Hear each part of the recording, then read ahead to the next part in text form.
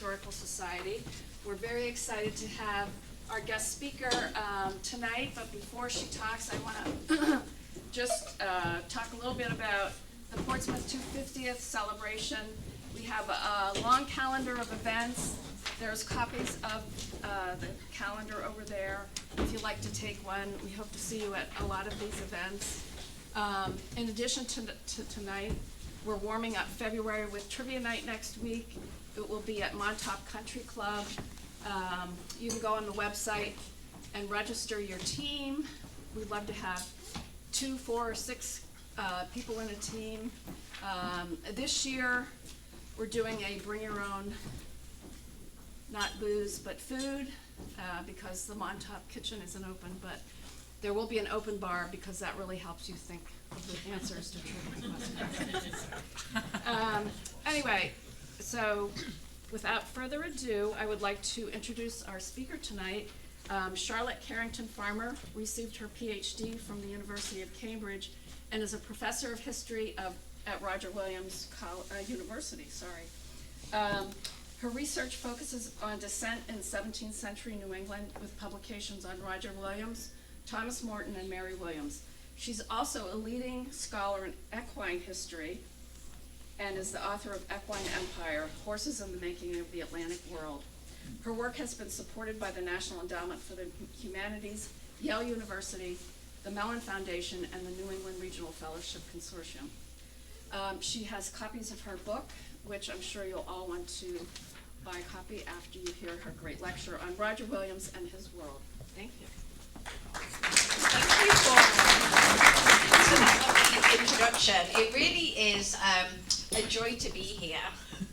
I was actually in Portsmouth just before Christmas. I took part in the horse ride around the area where you were collecting canned goods for donation, and I made the front page, my horse and I did, for that event. So I'm coming back to you, riding high literally from December.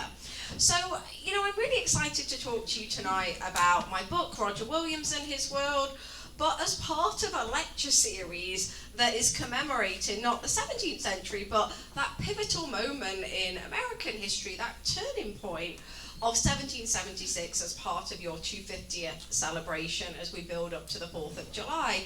So my question that I want to start with is, why does Roger Williams matter in 2026? And the point that I want to try to get across this evening to you is that before we can begin to understand why and how 1776 came about, I think it's really important in the context of Providence and the wider Rhode Island plantations is to understand how 1636 was a turning point. And that was the year 1636 when Providence was founded, when Roger Williams was banished from the Massachusetts Bay Colony, and he founded what I suggest in my book to be the freest place at that time in the Western world. So I think that's reason number one why we can't understand the radical nature of the revolution without understanding the radical nature of Providence in 1636. And I think in terms of, as we come to July this year and we're looking back at the 250th, we're looking at all these American founding fathers that are so well known, around the country. And I want to suggest again to you tonight that Roger Williams deserves a place at the table, not in the 18th century, but in the 17th century, because he too was a radical thinker, he was a dissenter. But I think what makes him even more special is that he challenged the highest authorities both in England and New England. And he also didn't just theorize about these radical ideas about religious freedom and separation of church and state. He put that into practice, for better or worse, when he founded Providence. And so I think before you can really get to 1776, you have to understand what comes from 1636 with Roger Williams.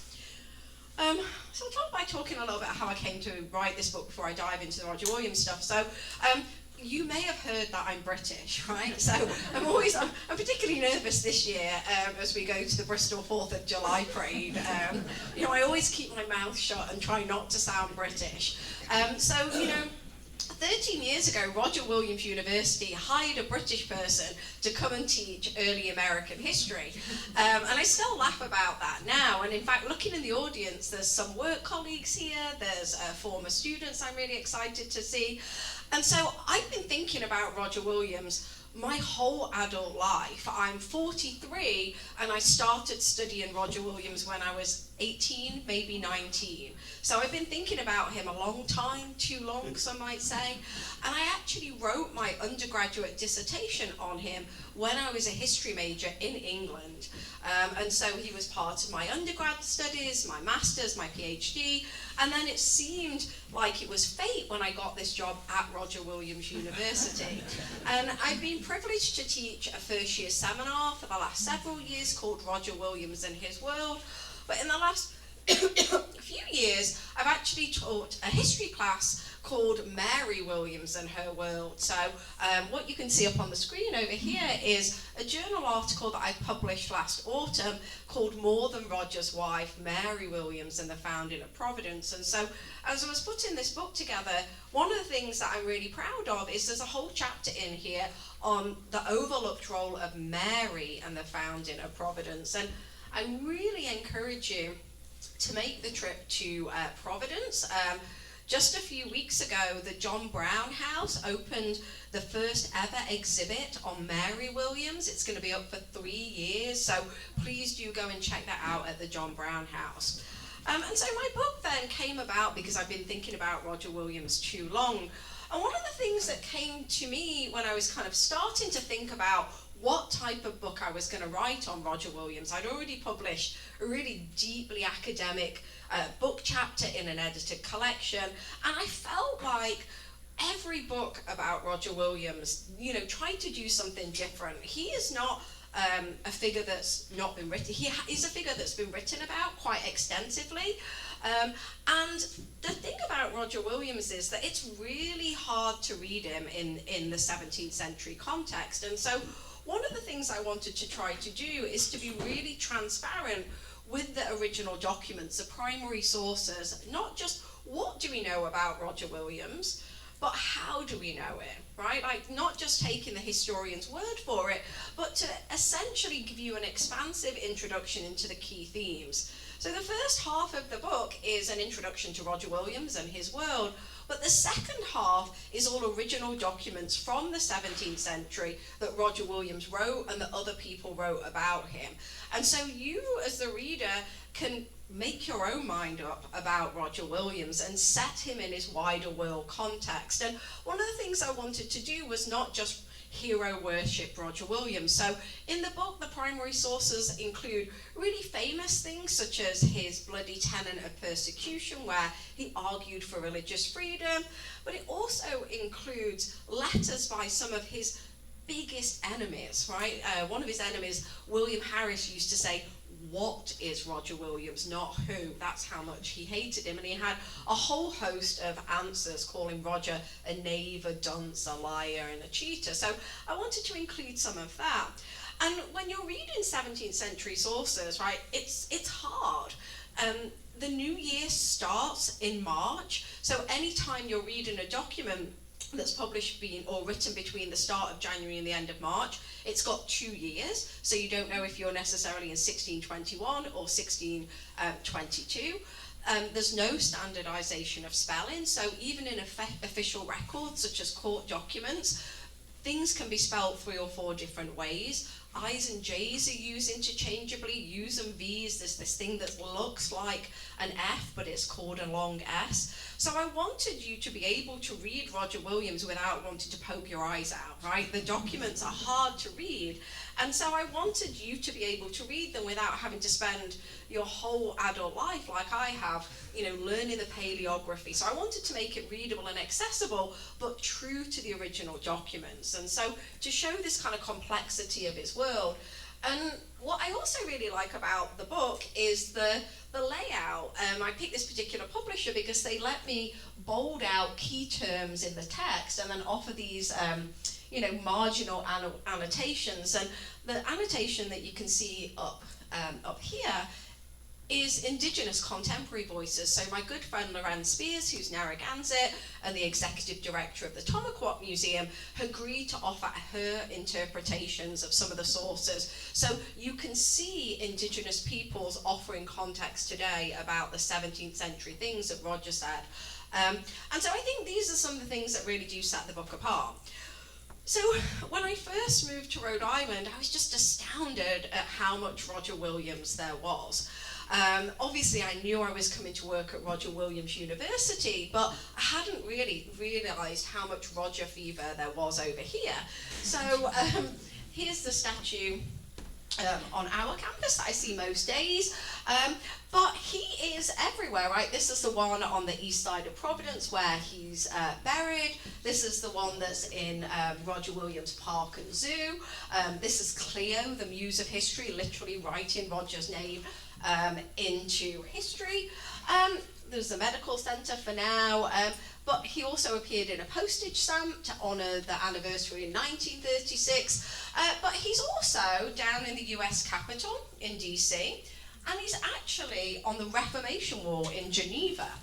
And one of the things that I'm very excited about is that not only now do we have the Mary Williams exhibit at the John Carter Brown at the John Brown House, but where Mary Williams was born in Worksop in England, they had just got a multi-million-dollar grant to renovate that, to put an exhibit up to Mary. So we're starting to see more of her story. And up until this point, though, one early 20th century writer said, quote, "Who was this lady? It's not known, and save that her name was Mary, and that she proved to him a true and loyal wife, the record is meagre." And it really is. When I was helping the John Brown House design the exhibit on Mary and looking for documents about Mary to put in my book and working on my journal article, there's one surviving copy of her handwriting that survived. So how do we tell her story when she left so few of her own words behind? And we have to be really creative with the primary sources. And the other primary sources tell us that Mary was actually the head of the Williams family for not just weeks or even months at a time. When Roger goes away to get the charter, she's the head of the household for a couple of years at a time. And she faced numerous challenges as the head of the household. And she made so many of the decisions that we previously thought Roger made whilst he was either away in Indian country on diplomacy, whether he was down at his trading post at Cocomscusset, where he spent half of the year when he was in New England, or away in England on charter business. So one of the things that the book does, and I'll talk a bit more about this later, is talk about Mary's role. So the book's organised kind of chronologically and starts with the primary sources about Roger's life in England. Now, we don't know when Roger Williams was born for sure. So in the 17th century, recording birthdays wasn't really a thing in England. People tended to go by baptism records. And so if you ever see a historian boldly claiming they know when Roger Williams was born, two things are going on, right? Either one, they're just kind of guessing and putting all their eggs in an unknown basket, or two, they found some hidden birth records that we never knew about, and it's normally number one. That's because Roger's baptism records were destroyed in the Great Fire of London that swept through the city in 1666. And I love this detail about Roger, and it always kind of humanises him. He references how old he is several times in his life, but the dates don't add up. So he kind of forgets how old he is as time goes on. But based on those inaccurate assessments, it's around 1603.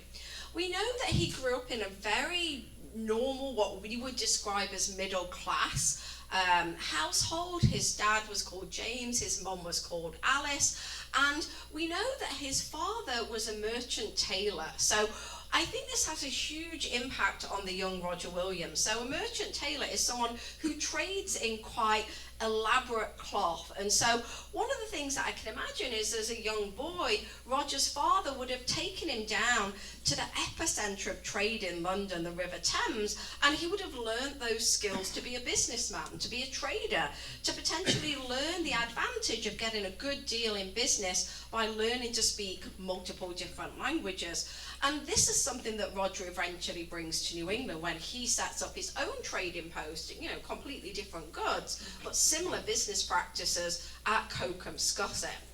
And the other thing that I think is really profound about Roger's childhood is that he grows up in what is described as the Smithfield district of London.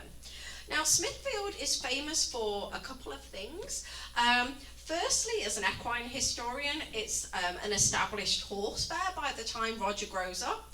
It's also an established marketplace and trading hub. And it's also the site of a much darker history.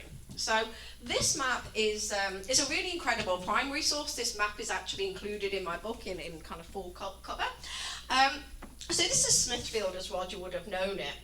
You can see a couple of people hanging around with animals, trading.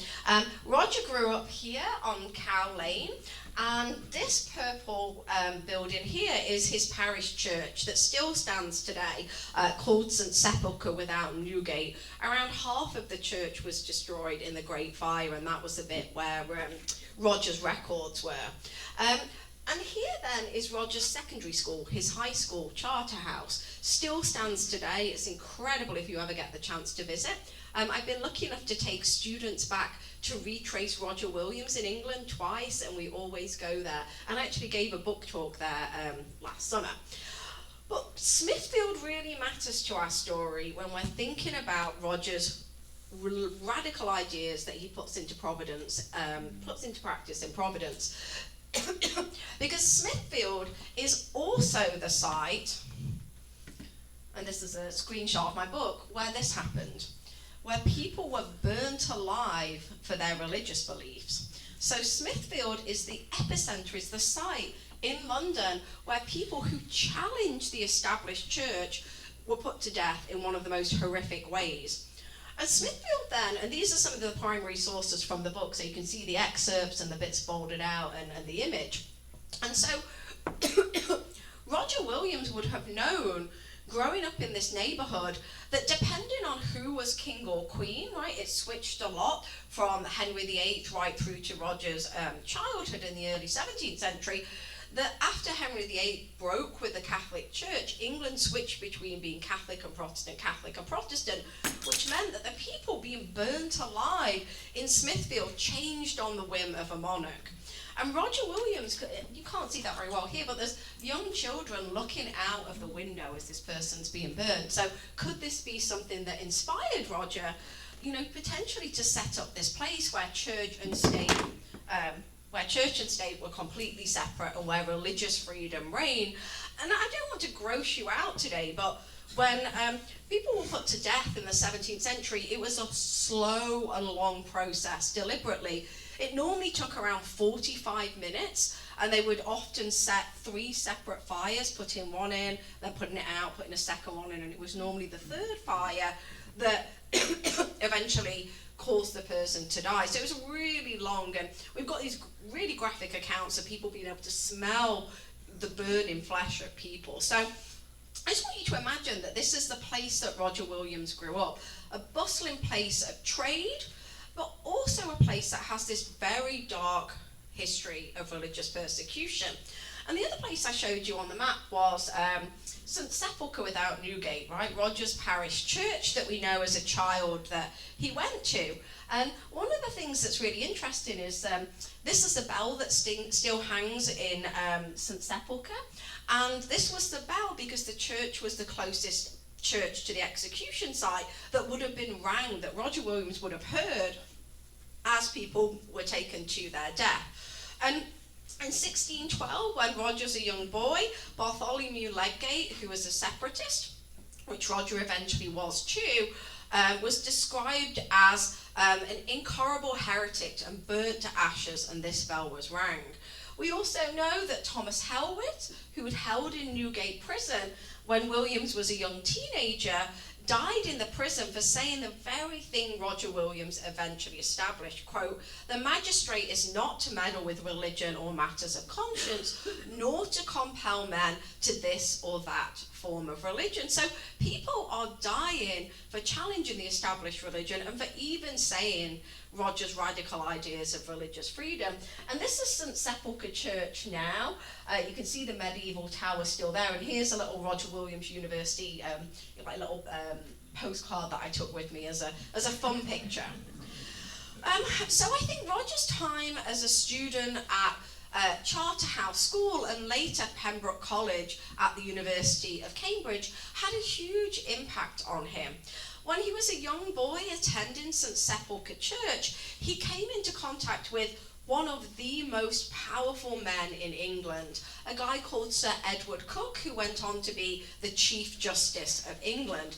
And Roger, as a young boy, essentially was his intern, his amanuensis, his apprentice. And by this point, Roger had taught himself shorthand, and Cook changes Roger's life in a way that I think Roger could never imagine as a teenage boy.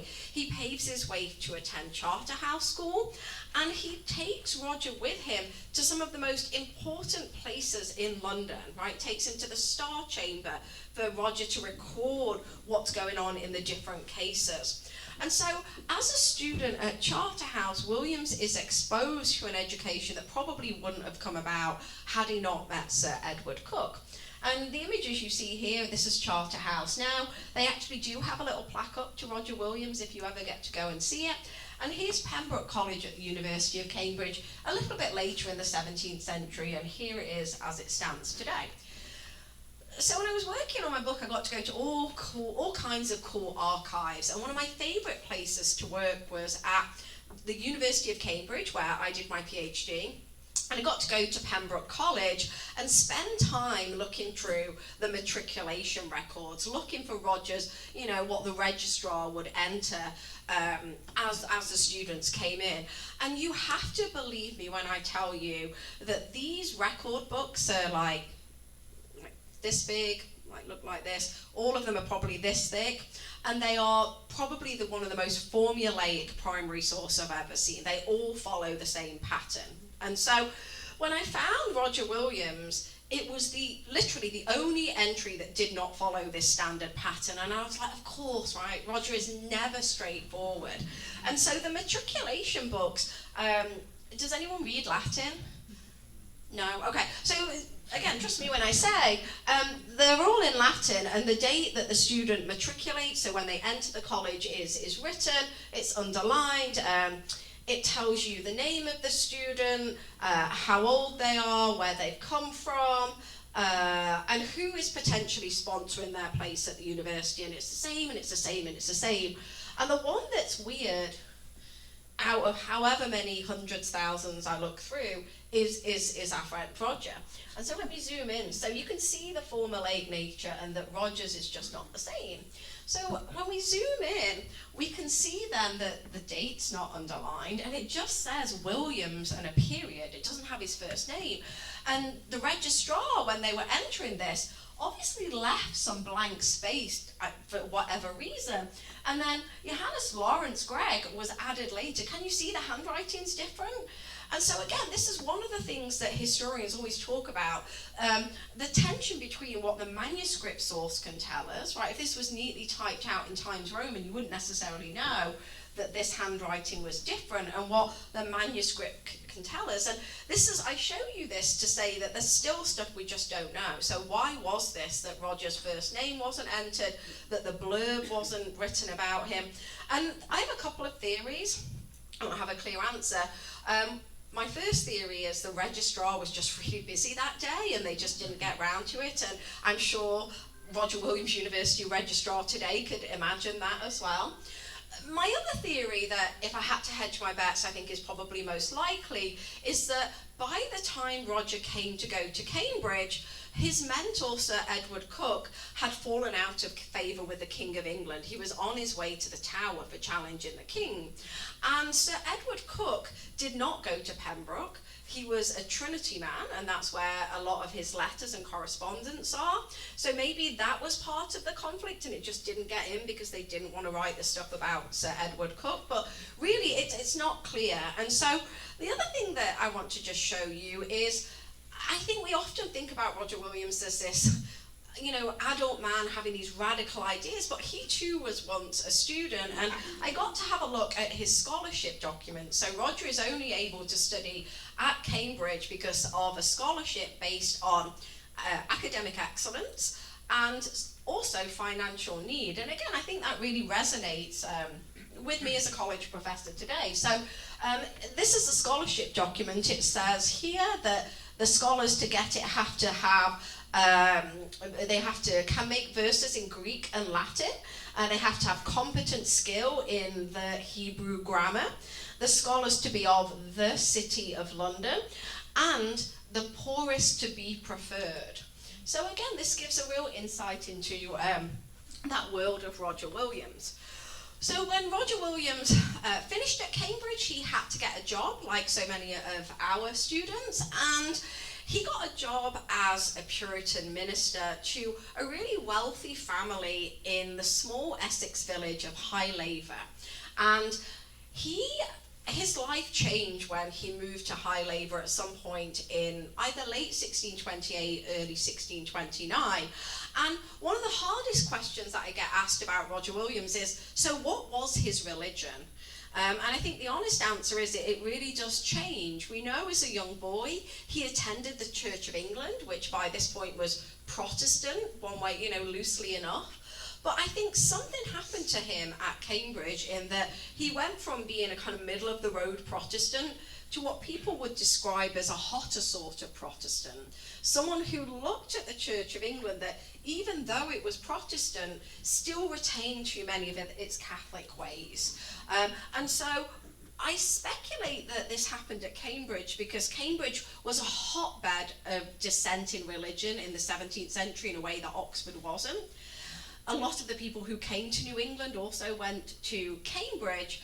And secondly, the fact that the job he got after college is being this private minister to this Puritan family, I think is revealing. So it was not safe to be an open Puritan, right? People risked having their tongues bored through or their ears slit. They really love a literal punishment in the 17th century, so you can't speak conflicting ideas against the church and you can't hear them. And so what a lot of wealthy families would do is, they might go to church or pay the fines, but they would hire private ministers to kind of hold sermons and read the Bible and talk them through, more Puritan interpretations. And that's a job Roger got. Roger's life also changed when he got this job, when he fell in love for his, for the first time. And his earliest surviving correspondence is from when he's living in High Laver in the spring of 1629. And his correspondence that survives, that are the earliest written records that we have for him, is not stuff about him writing about religious freedom or separation of church and state. It's love letters, but it's love letters not to the woman he marries, who was also living in this house. It's to another woman called Jane Whaley, and he proposes to marry her. Now, Jane Whaley is up here in the social echelon, right? She's up from the really high gentry class. And her aunt, Lady Joan Barrington, tells Roger Williams to get on his bike, that he is not of high enough social status to marry Jane. And so in the same household, working as a lady's companion, is Mary Bernard. And these love letters trying to marry Jane are from the spring of 1629, April and May. He marries Mary that December. And I'm not saying she's his rebound, but she's definitely there to nurse him through the rejection. And so Roger and Mary get married in December that year at All Saints Church, High Laver. This is a medieval church. It's really not changed very much from the 17th century. And here's a couple of my older students. That's Axel. There's my colleague Jason Jacobs. And here's Tina Webb, the church warden. And the interior of the church is, for a Church of England church, pretty plain, right? Like whitewash walls, there's stained glass, but it's pretty plain looking. So I think if Roger and Mary had to get married in a church, this is pretty low church, and they would have been as okay with it as possible. And you can see their marriage record here. So Roger and Mary make the decision 2 years later in 1631 to cross the ocean and to come across to their New England calling. In those love letters to Jane Whaley, Roger writes about a New England call, that he's potentially already been offered this job of the ministry of the Boston church. He later reflects that it's also possibly religious persecution that is part of that push factor about why he and Mary make the decision to leave. And he says, quote, Archbishop Laud pursued him out of this land, and his conscience was persuaded against the bishops and the national church and ceremony. So his fear of how the church is playing out in England, and fear that again, the Archbishop might come for him and he might lose his tongue, his ears, or even his life, I think, is part of it. But I also want to speculate with you tonight that they still continue to live in that same household with Lady Joan Barrington and with the other woman that Roger had tried to marry. So he never writes this, but it must have been really uncomfortable for the newly married Williamses to still be living with these same people. So I wonder if that played a part too. So the Massachusetts Bay Colony had been founded in 1630, so it seemed like it was a turning point for the Williamses to come, and they arrive in Boston in February 1631 on the ship the Lion. And I think it's fair to say that 1631 is a year of upheaval for the newly married Williamses. So they arrive that same year and come into Boston, and almost as soon as Roger gets off the ship the Lion, he starts to criticize the church in Boston. And, starts to say that, maybe you're no different to the church we've all left behind in England, and starts to criticize them.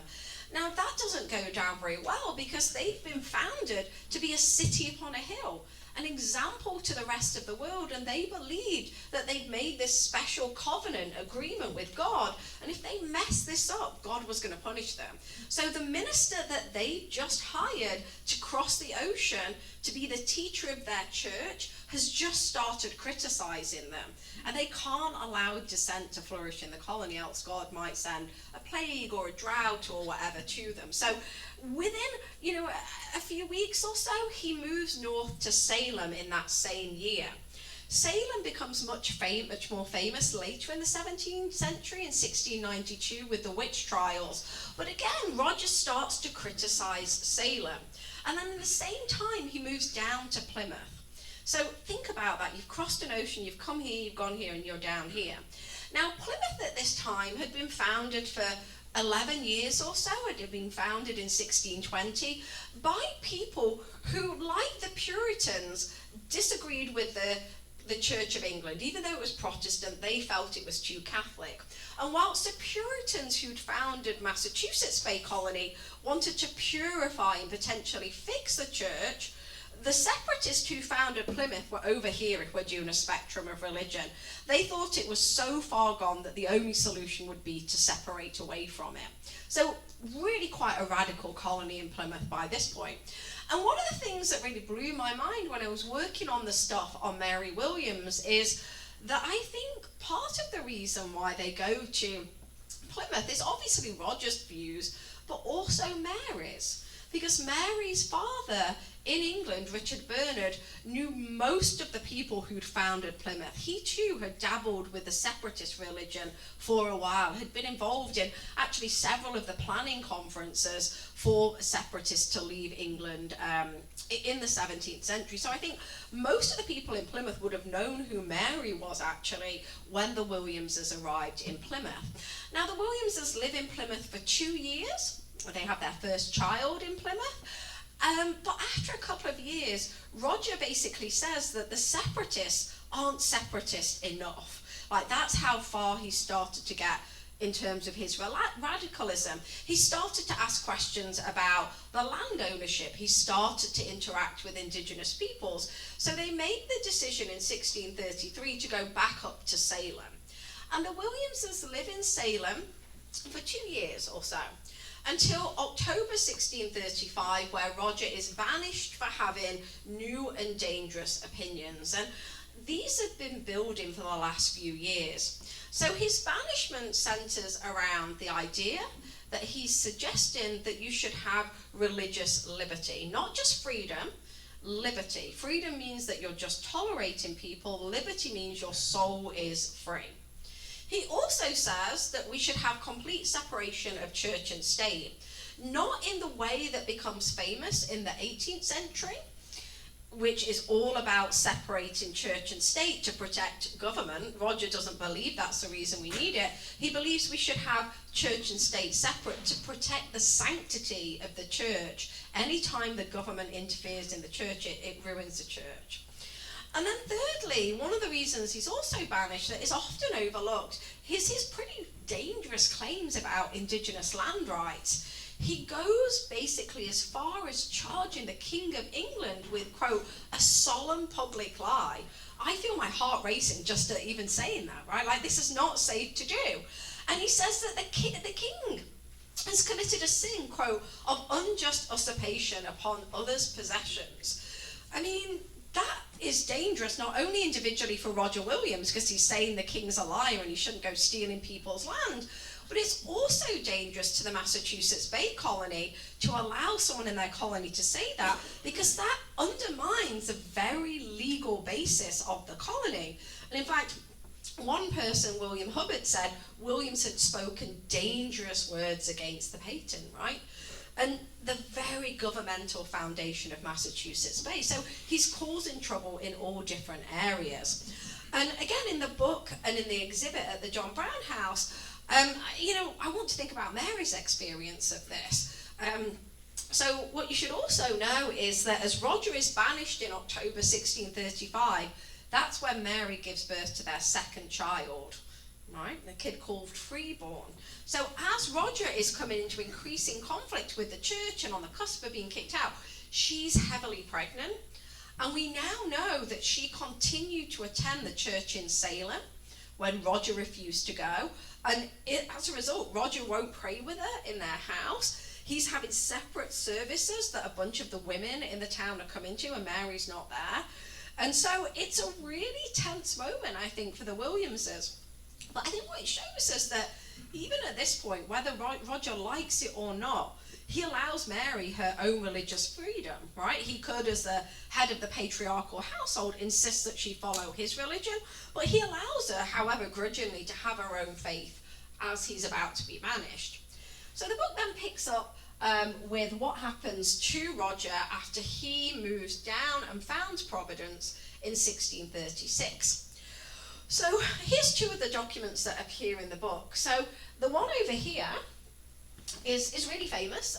If you get the chance to go to Providence, not only should you go and visit the Mary Williams exhibit, but you should spend some time in the State House in the Charter Museum. So this document is probably actually about the size of my book. It's just blown up for the image. And you can see that it's not that well preserved. Can you see that it's clearly been folded? There's bits missing, it's kind of, it's been through the mill. But I think this document is probably one of the most important documents in Rhode Island's 17th century history. And it's the agreement between Roger and the other settlers that came with him and the Narragansett sachems. So can you see it says YE? Right, like here. So in the 17th century, they love a little bit of shorthand. So when you're texting like LOL, BRB, like the 17th century is no different. And when you see a Y and a little E like that, that's the shorthand for the. We call it a thorn. And so anytime you see like ye old sweet shop or ye old fish and chip shop. Don't say ye, just say the. It's a shorthand. So it's one of my pet peeves if I ever hear people say ye, it's the. And then flourish RK, so shorthand for mark. So the mark of Canonicus and the mark of me antinomy. Obviously this is clearly an arrow. This is probably a bow, maybe a dugout canoe, a mishoon. So the two Narragansett sachems detail in the first part of this document the settlement for Providence. And so they basically tell Roger where he's allowed to settle. I think this document's radical.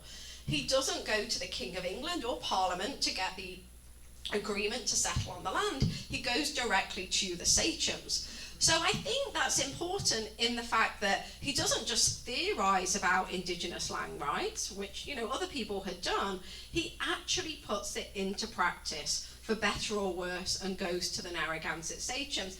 And this document's fascinating. There's a bit, can you see the handwriting's a bit different here down at the bottom? You see that's a little bit faded. What we now know is that in some of the later transcriptions, other people added different bits, and land disputes rocked Providence through the 17th into the 18th century, and people added forgery bits to basically expand the bounds of the town. And when historians were transcribing this document in the 19th century, they just transcribed that, and it messed everything up. And so it's only recent reinterpretation of this 17th century documents that is like, there's some forgery going on in later times. So I think this document is incredible, right? This is what he found Providence on. The other document that's included in the book is this one. So written much later in 1661. But this document, I think, is really important. By the 1660s, Providence had been engulfed in land disputes, right? More and more settlers had come, and they'd started to argue about who had what land.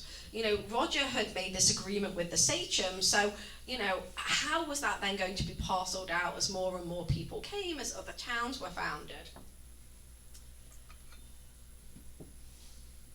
So when we zoom in at the bottom of this document, let me go back to this image. So we're looking in at this bit here.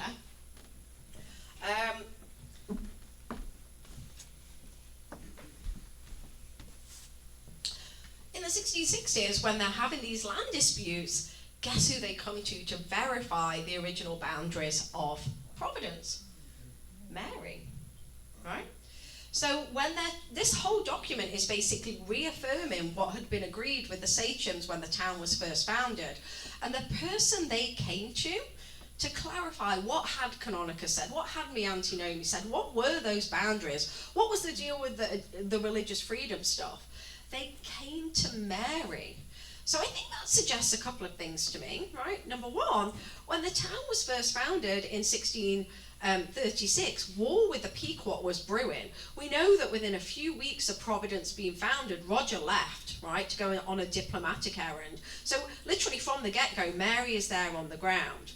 Now, she never signed that agreement that was already recorded in 1636 and written down 2 years later, but she must have been witness to it. Plus, by the 1660s, Roger has had time away on Indian affairs. He's been in England, and so I think she's this continued presence, and I think it's incredible that they come to her to verify that original agreement.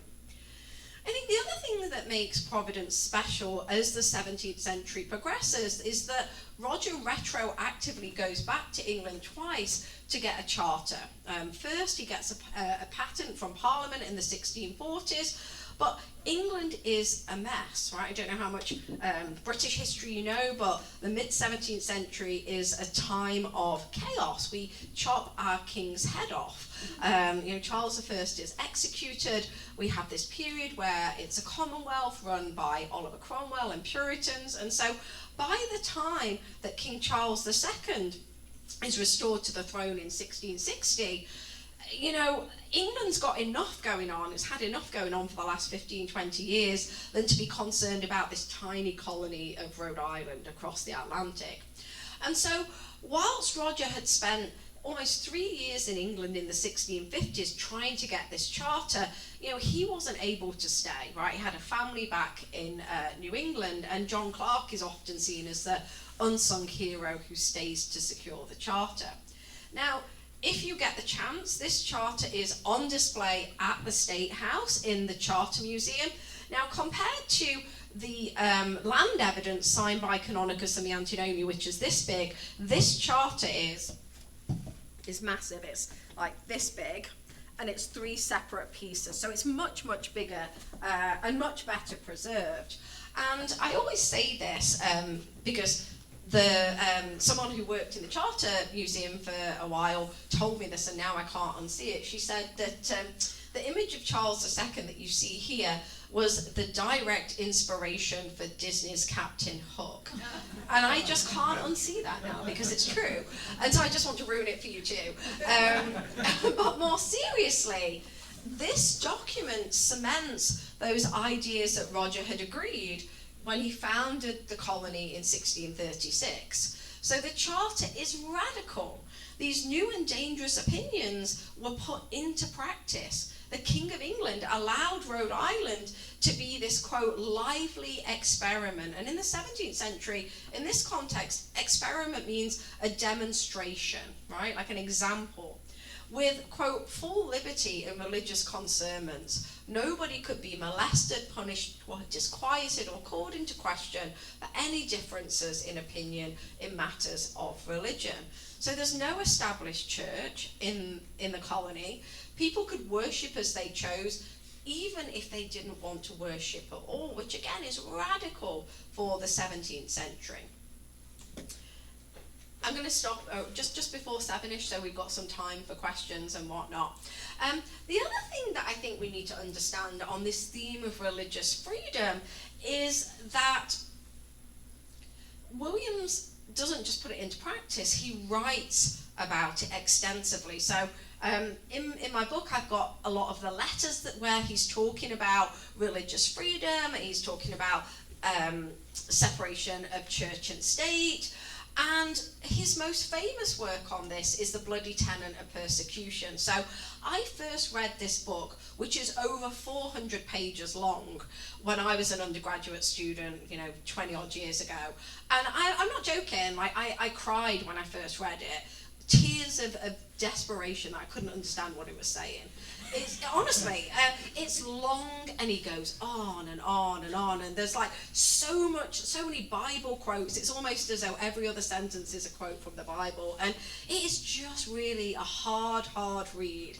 And I've read this, I don't know how many times since I first read it, and every time I read it, I've not cried in the last few times, but I felt those tears welling. So trust me when I say it's a really hard read, even for someone who's been studying Roger as long as I have and is trained to read 17th century stuff. So the document's included in my book, but it's down to 2.5 pages in my book, neatly typed out, with just a few of his Bible examples in there. So hopefully no one cries when they read the excerpt in my book. But more seriously, this document is profound. He uses reason, politics, religion, he quotes the Bible extensively, history, and his own experience to argue for separation of church and state, to argue for full religious freedom for everybody. That not just toleration, right? He goes beyond so many of what his contemporaries say. He says we should have full religious freedom. And I've included one quote in my presentation tonight from the book, and I think it's the most readable quote that gets to the heart of it. So he says, quote, "God requireth not a uniformity of religion to be enacted and enforced in any civil state. Christianity can flourish anywhere.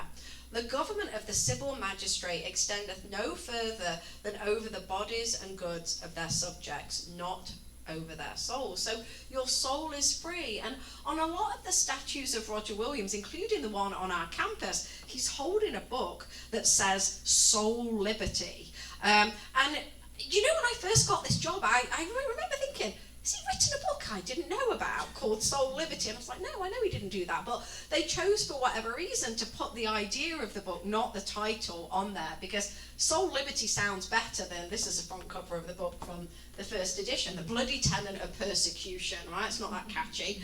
And the book then, as it says on the front cover, is a conference between truth and peace. So basically, he makes the argument that when we have a choice between having truth or peace, we should always take truth.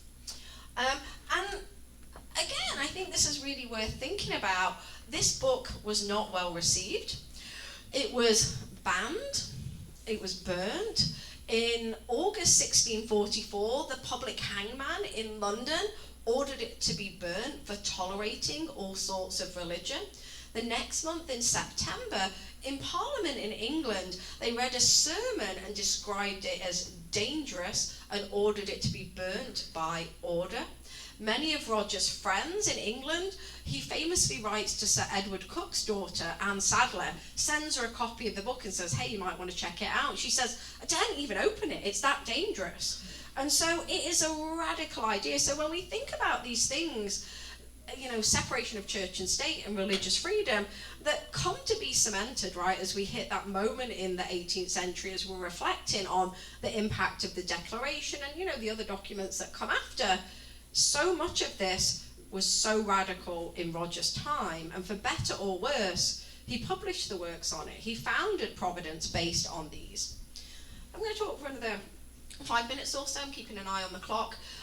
So as I said to you, Mary is such an important part of this story, and in the book I really wanted to emphasize at the chapter on Mary how important her role is, but to be really transparent with you, the reader, about what we know and what we don't know.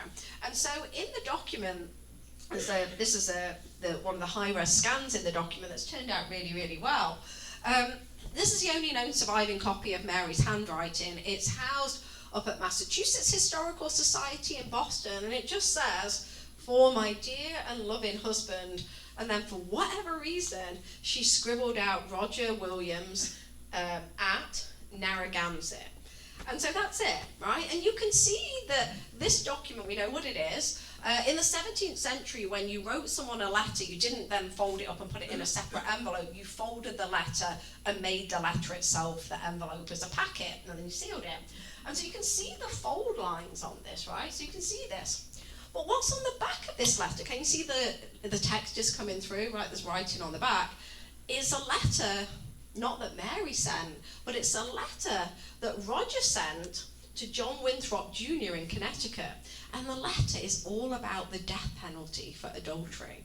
And when I first saw this, when I was up in the archives in Boston, I just found out that Roger's first love, Jane Whaley, had moved to New England, and I was like, oh, has there been some, like, you know, hot gossip? And that's not the case, not at all. There was a legal case in Connecticut where people could be put to death for adultery, and Roger's writing to say, you know, don't do that. So I showed you this document because it's really hard to get to Mary's story, so we have to use sources that other people describe her life with, and I can talk more about this document in the Q&A. All right, then my last chunk is going to talk about Roger and Indigenous peoples.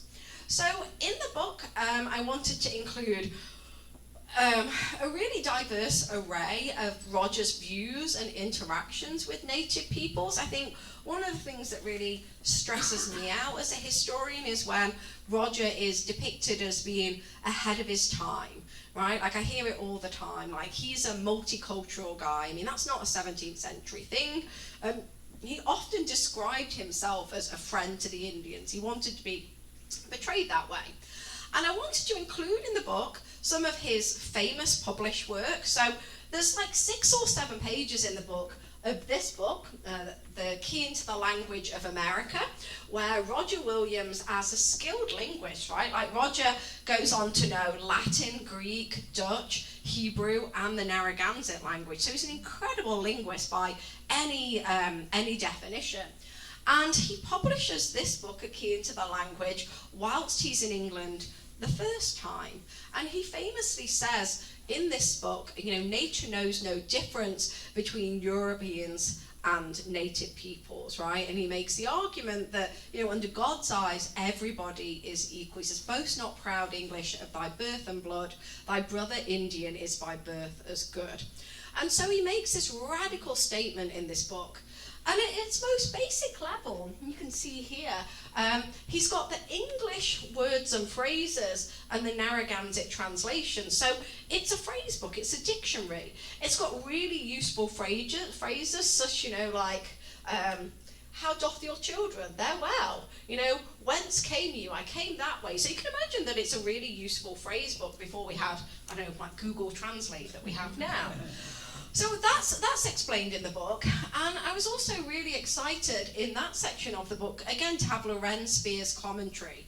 Lorraine and her team at the Tomaquat a few years ago published the Tomaquat edition of A Key, which I encourage everybody to check out. Essentially, Narragansett linguists and culture keepers went through the whole book and offered commentary on what Roger got right, what he got wrong, what that means for modern Narragansett people. So she was kind enough to offer some of that commentary in my book.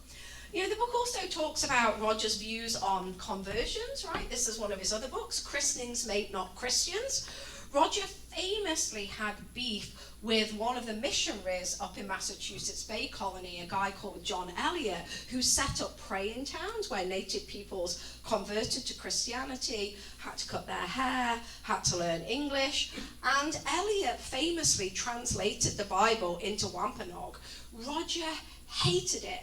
He felt that even though Eliot was, trying to convert native peoples, it left it to human error to translate the Bible. What if the Wampanoag people and other indigenous nations and tribes didn't get the nuance of the Bible? What if the translations were wrong? And so he said, simply because you've christened someone, that doesn't make them a Christian. And he famously said in a letter, false worship stinks in God's nostrils. So he publishes again extensively on how you shouldn't force native peoples to convert to Christianity. And he does this really cool stuff when he's talking about, learning the language, how he, lodged with native peoples in their weetu, in their homes, how he spent months at a time trying to perfect the language. So in the book, there are some images from Plymouth Patuxent Museums, that's here, kind of showing where Roger would have lived with the Narragansett and Wampanoag when he's trying to learn the language. So the book really does get across, I think, the different elements to Roger's interactions with native peoples as a Narragansett language scholar, as an interpreter, as a trader, as a scribe, as a diplomat, both in King Philip's War and earlier in the Pequot War. But also it gets to some of the harder legacy stuff as Roger as an enslaver and a captor. So one of the letters that also is included in the book is this one that's down here. And we know that after the Pequot War in the 1630s, just 2 years after Providence is founded, on this incredible promise of religious freedom, respecting Indigenous land rights, Roger has an unfree Pequot boy in his house. And in the book, this is a section that went through, I'm going to say 25 different revisions. I say it got sent out to 4 blind peer reviewers, and then it went out to friends and other historians, and that term unfree is the one that I settled on uneasily. So scholars of slavery have started to talk about this spectrum of unfreedom in the 17th century. So, at one end we have this hard unfreedom of enslavement, right, where if you're enslaved, you are enslaved for life, and any children you have will probably be enslaved. And at the other end, we've got fixed term, right, where if you were an indentured servant, you served for 5 years, maybe 7 years, and during that time you could be bought and sold, you couldn't marry, but it was fixed term. And so what's unclear is when Roger takes this Pequot boy, who we know has a mother still alive and a couple of siblings, into his home, it's not clear where that boy sits on this spectrum of unfreedom. Roger later writes, advocating for the Narragansett, saying, these people shouldn't be kept in perpetual slavery. He calls, in a few letters after that, he talks about will my native man, will my native servant, so most likely this boy. But really, we don't have enough evidence. So it's possible that this boy was in his household for a short amount of time. You know, Roger did his best to care for him. But again, we have to set that in context. We know that there are cases of a Pequot woman who's taken into captivity in Boston, and I'm giving you a trigger warning. She's raped and beaten with fire sticks. We know a bunch of other Pequot captives are sold clearly into slavery in the Caribbean. So this complicates that legacy, right, especially after war. And then just, you know, a few decades later in King Philip's War in 1676, Roger agrees with the other founders of the town of Providence, and his name is signed first, to sell those captives into slavery down in the Caribbean. And so we see that this uneasy tension of Roger being a friend, a self-styled friend to the native peoples, is complicated during war times, right? He tries his best. In the Pequot War, he keeps the Narragansett out of the war, but when the Pequot captives come, what is he going to do? He picks out one specific boy. He says, you know, I'll have the one with red about his neck. And then when King Philip's War comes, you know, he and his family and the rest of the townspeople do profit from their enslavement. So it's this harder, complicated picture. And the book, you know, doesn't set out to say, you know, Roger's good or bad or whatever. It tries really hard to show the nuance and complexity of this incredible figure in the 17th century. And as I started with, by letting you read the primary sources and you kind of making your own decisions up, rather than me as a scholar saying, here's my interpretation, you can read the sources and make your own mind up. All right, I'll pause right there. We're like right just before 7, so I'll happily take some questions. I've got some books for sale if anyone wants any, but thank you for listening. Yeah, I'll come down and I'll read the question. I'll repeat the questions so people can hear them. The term lively experiment is directly attributable to the king? And that's written in the charter, so that's in the charter. It's in the charter, yeah. It's one of the most famous lines. So the question is, what's the idea of the lively experiment?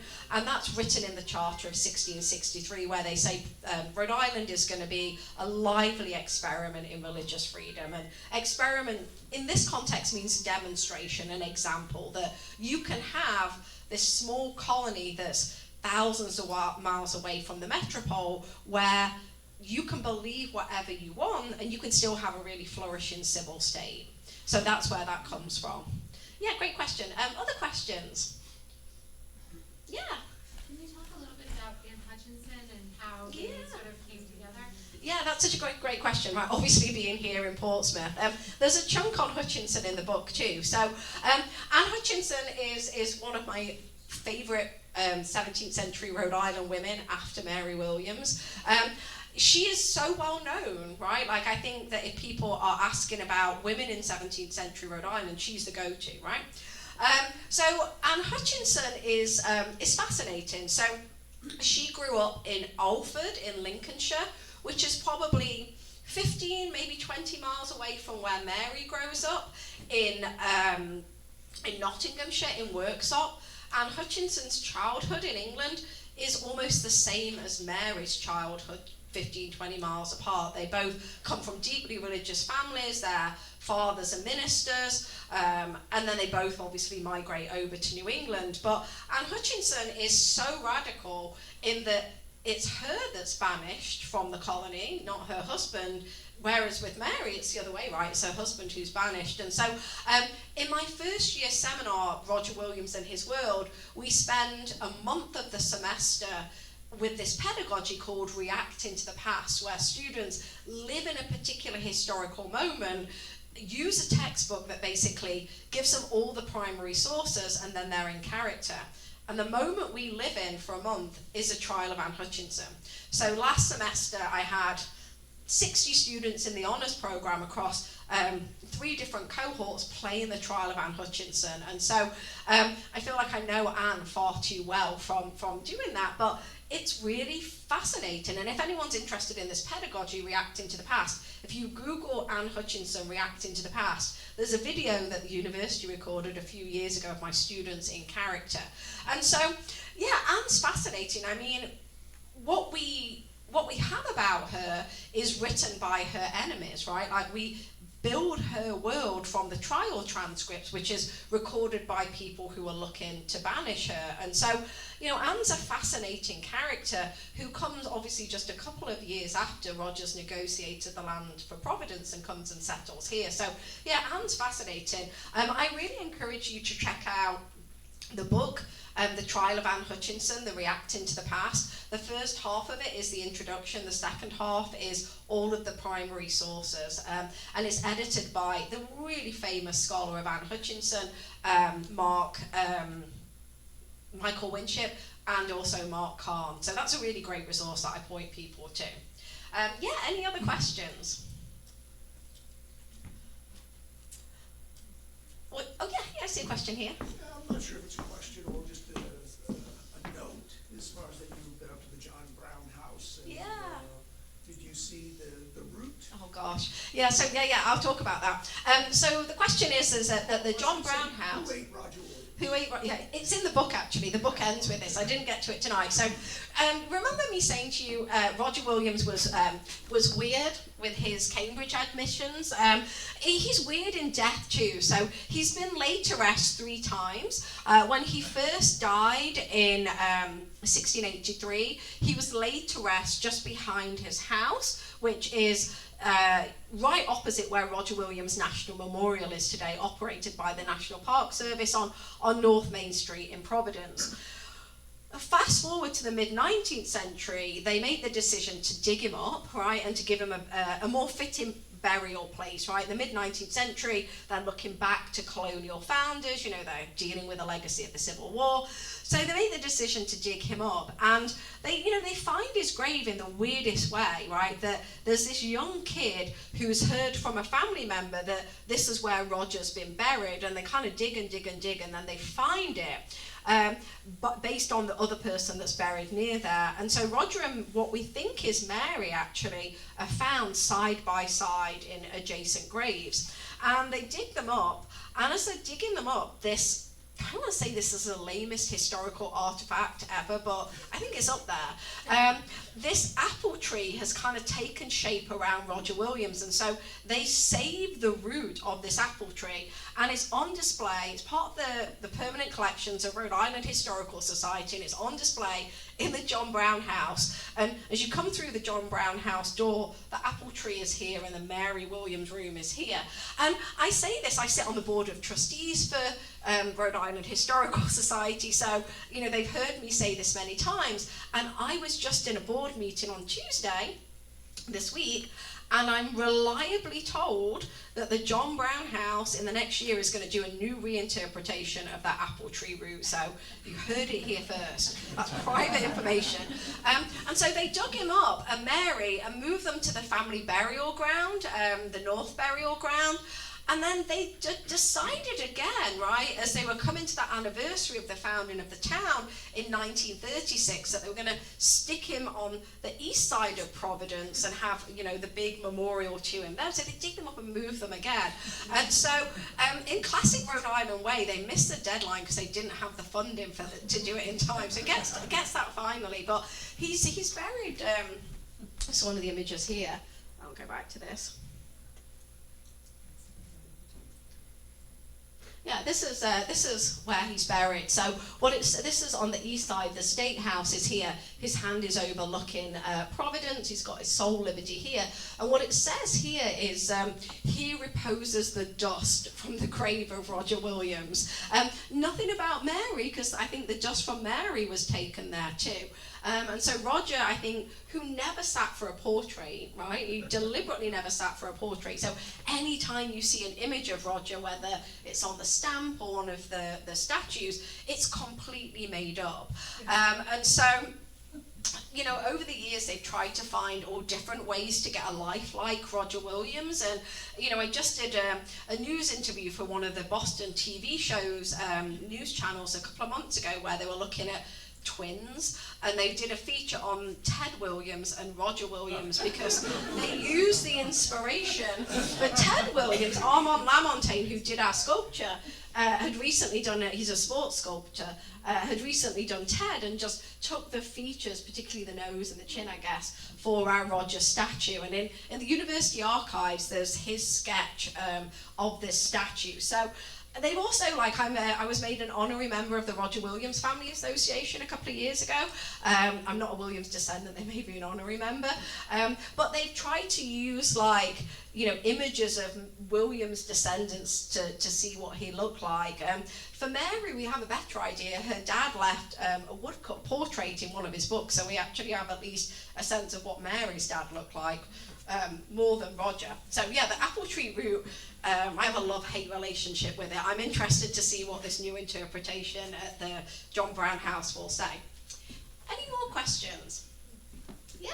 What were the circumstances before their death and who died first? Yeah, well, it probably Mary is my answer. So the last record we have of Mary comes from 1676. So, you know, as King Philip's War is playing out, the Williamses, both Roger and Mary, were alive when Providence was burned to the ground. Their house was actually burned to the ground as part of the conflict. We know during the war, Mary, along with some of the other women from the town, here's your Aquidneck Island, actually came to Aquidneck Island to see out the war. And we know that her son Providence used his sloop to bring her back to Providence. And we have this last record from one of the other Williams children saying, you know, like, Mum and Dad have had to live with me. It's been a bit of a pain. I trust that they've, you know, not needed anything like ancient people do. And so, you know, we don't know exactly when she dies. They record when Roger dies in 1683, a couple of months after. They make a note of that. So for Mary, we have her baptism record, so we know when she's born approximately. For Roger, we don't have it, and it's the flip on the other side. So yeah, great question. All right then, if no one else has any questions, I'll propose that if you've got other questions, I'm going to hang around and I'll take them privately if you want to buy a copy of my book. I've got those for sale. I'll put the details up here. But I just want to say thank you for having me tonight. It's always a joy to talk about Roger Williams, and thanks for having me.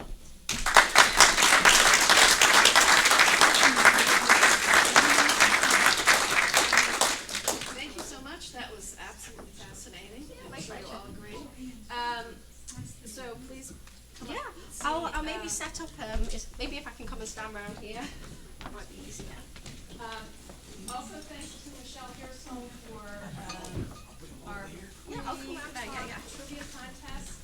And Michelle Gallagher, she did some nice little advertisements for our trivia contest next week. It has all the details, so if you want to see Michelle on the way out, she'll give you one. And thank you. My pleasure, you know, like I used to like to look into that about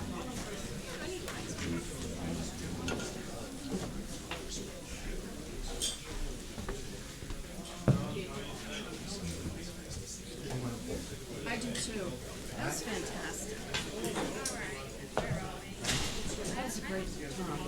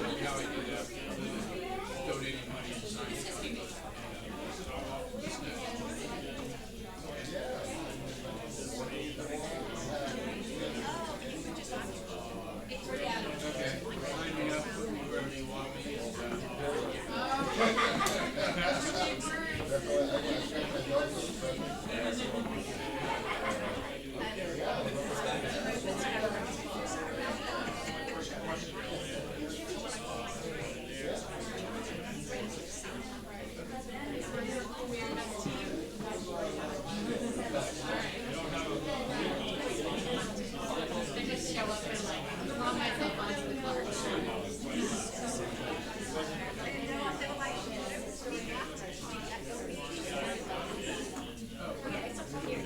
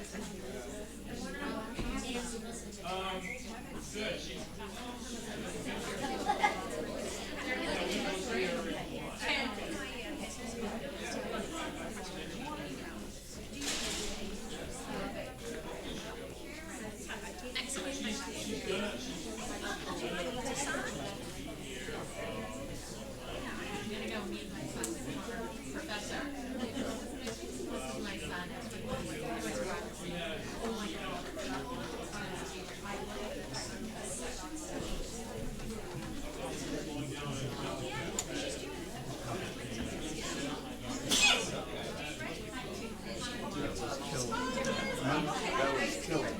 You like that? No, the light. I couldn't see. Yeah.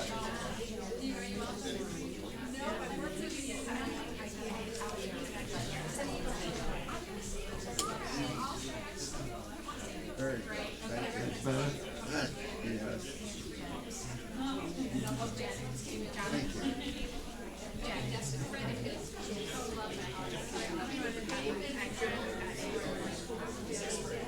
We're gonna get on YouTube.